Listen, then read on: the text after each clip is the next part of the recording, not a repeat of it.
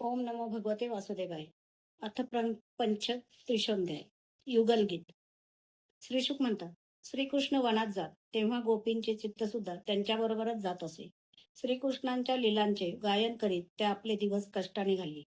गोपी म्हणत, सख्यांनो, श्रीकृष्ण जेव्हा आपला डावा गाल डाव्या घाताच्या बाजूकडे वळवून भुवया नाचवीत, बासरे तोंडाला लावून आपली सुकुमार बोटे त्यांच्या छिद्रांवर फिरवून मधुर तान छेडतात, तेव्हा आकाशात पतींसह विमानात बसून आलेल्या सिद्धपत्न्या ती तान ऐकून प्रथम आश्चर्यचकित होतात. नंतर त्यांचे चित्त कामबाणांनी विद्ध होते.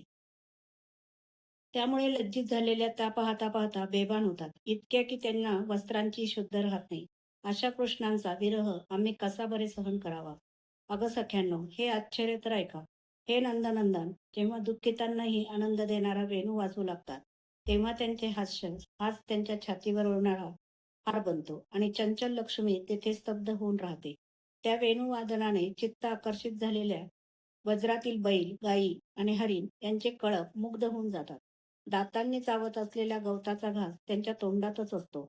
दोन्ही कान टवकारून ते असे उभे राहतात की जणू काही ते झोपी गेले आहेत किंवा भिंतीवर काढलेली ती चित्र तरी आहेत. गडे, ते नंदलाल जेव्हा मस्तकावर मोरपंखाचा मुकुट घालून रंगीत धातूंनी आपले शरीर रंगवितात आणि पानांनी असे सजवून घेतात की जसा त्या एखादा पहिलवान असावा, आणि नंतर जेव्हा बलराम आणि गोपालांसह बासरी वाजवून गायींना साथ घालतात, त्यावेळी त्या नादाने नद्यांचे वाहने थांबते. त्यांना असे वाटते की श्रीकृष्णांच्या चरणांची धूळ वाऱ्याने उडवून आपल्याकडे आणावी, परंतु त्या सुद्धा आपल्यासारख्याच अभागिनी आहेत. जसे श्रीकृष्णांना आलिंगन देतेवेळी आमचे हात थरथरतात आणि नंतर जड होतात, त्याचप्रमाणे त्या सुद्धा तरंगरूप हात प्रेमाने वर उचलू पाहतात, परंतु पुन्हा असहाय्य होऊन स्थिर राहतात. गोपाल ज्यांच्या लीलांचे गायन करीत असतात, ते आदिपुरुषासारखे स्थिर ऐश्वर्य संपन्न श्रीकृष्ण जेव्हा वृंदावनामध्ये विहार करीत असताना बासरी वाजवून पर्वतावर चढणाऱ्या गायींना त्यांच्या नावांनी साथ घालतात, त्यावेळी वनातील वृक्ष आणि वेली आपल्या अंतरंगात भगवान विष्णूंचे अस्तित्व सूचित करीत फुलांनी आणि फळांनी बहरून येतात. त्यांच्या भाराने फांद्या वाकून जमिनीवर टेकतात. प्रेमाने त्यांचा रोम आणि रोम प्रफुल्लित होतो आणि ते मधाच्या धारांचा वर्षाव करू लागतात. विश्वातील सुंदराहून सुंदर असणाऱ्या मनमोहनांनी कपाळावर केशरी गंधाचा सुंदर तिलक लावलेला असून गळ्यामध्ये वनमाला धारण केली आहे. तिथून येणारा तुळशीचा दिव्य गंध आणि मधुर मध यांनी धुंद होऊन भुंग्यांच्या झुंडी उच्च स्वराने मधुर गुंजारव करीत असतात. त्या गुणगुणण्याचा आदर करीत त्यांच्या स्वरात स्वर मिसळून जेव्हा ते आपली बासरी वाजवू लागतात, त्यावेळी ते मधुर संगीत ऐकून सरोवरात राहणाऱ्या सारस, हंस वगैरे पक्ष्यांचे चित्त सुद्धा मोहून जाते. ते श्यामसुंदराजवळ येऊन बसतात आणि डोळे बंद करून गुपचूप चित्त एकाग्र करून ते संगीत ऐकू लागतात.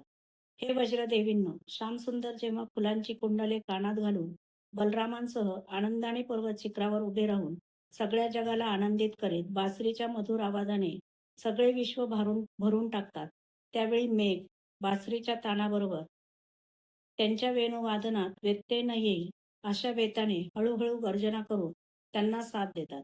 शिवाय स्वतःसारखाच वर्ण असलेल्या घनश्यामांना ऊन लागू नये म्हणून त्या त्यांच्या मस्तकावर सावली धरतात, त्यांचे छत्र होतात.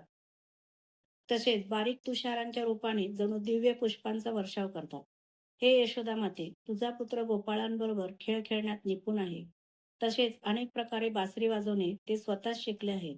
जेव्हा तोंडल्यासारख्या लाल ओठांवर बासरी ठेवून ते अनेक रागरागिणी वाजवू लागतात, त्यावेळी ते ऐकून ब्रह्मदेव, शंकर, इंद्र इत्यादी सर्वज्ञ असणारे मोठमोठे देव सुद्धा त्या रागरागिणी ओळखू शकत नाहीत. ते इतके मोहित होऊन जातात की त्यांचे चित्त वेणुवादनात तल्लीन होऊन जाते. मस्तक नम्र होते आणि ते आपली शुद्ध हरवून बसतात.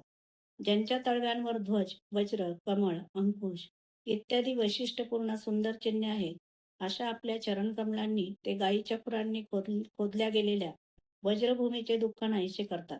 तसेच गजराजाप्रमाणे चालत जेव्हा ते बासरी वाजवतात, तेव्हा त्यांचा तो बासरीचा आवाज, ते मोहक चालणे आणि त्यांचे ते विलासपूर्ण पाहणे आमच्या हृदयात प्रेमभाव वाढवितात. आम्ही त्यावेळी इतक्या मोहित होऊन जातो की झाडांसारखी आमची स्थिती होते. त्यावेळी आम्हाला केसांची किंवा वस्त्रांची शुद्धही राहत नाही.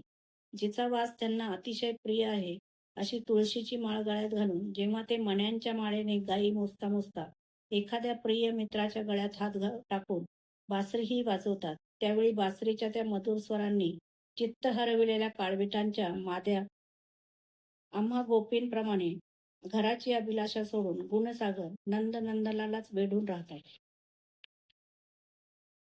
हे पुण्यशील यशोदा माते, तुझा बाळ कुंदाचा हार गळ्यात घालून व कौतुकास्पद वेश धारण करून गोपालांसह गायींच्या बरोबर यमुनेच्या काठी आपल्या मित्रांना आनंद देत खेळू लागतो. त्यावेळी तेथे मलय पर्वतावरील चंदनाने सुगंधित झालेला मंद मंद वारा वाहून तो तुझ्या लाडक्याची सेवा करतो आणि गंधर्व इत्यादी उपदेवता भाटांप्रमाणे गाऊन वाजवून त्यांना संतुष्ट करतात. तसेच अनेक प्रकारचे नजराणे देऊन त्याला सगळीकडून वेढून त्याची सेवा करतात. वज्रातील गायींवर गोवर्धनाचे अतिशय प्रेम आहे, म्हणून तर त्यांनी गोवर्धन पर्वत उचलून धरला होता. संध्याकाळ झाली आहे, आता ते सगळ्या गोधनाला वळवून घेऊन येतच असतील. वाटेत ब्रह्मदेवादी वयोवृद्ध ज्ञानवृद्ध त्यांच्या चरणांना प्रणाम करत असतील.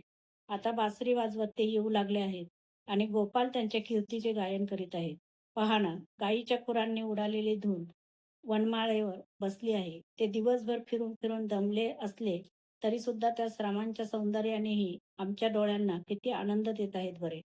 हे देवकी पुत्र कृष्णचंद्र आम्हा प्रियजनांचे मनोरथ पूर्ण करण्यासाठी आमच्याकडे येत आहेत.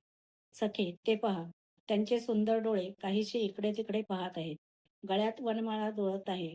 सोन्याच्या कुंडलांच्या कांतीने त्यांचे कोमल गाल शोभिवंत दिसत आहेत. त्यामुळेच पिकलेल्या बोराप्रमाणे मुखकमळ पिवळसर दिसत आहे. आपल्या बांधवांना व इष्टमित्रांना मान देणारे श्रीकृष्ण आपल्या गजराजासारख्या डौलदार चालीने या संध्याकाळच्या वेळी वज्रातच असलेल्या गायींचा आणि आमचा दिवसभरातील असह्य विरहताप नाहीसा करण्यासाठी दिवसाची उष्णता दूर करणाऱ्या चंद्राप्रमाणे जवळ येऊ लागले आहेत. श्री शुकाचार्य म्हणतात, राजा, कृष्णमय झालेल्या भाग्यवान गोपी जेव्हा श्रीकृष्ण दिवसा वनात जात तेव्हा त्यांचेच चिंतन करीत आणि त्यांच्याच लीलांचे गायन करत त्यातच रममाण होऊन जात. अध्याय 35 समाप्त.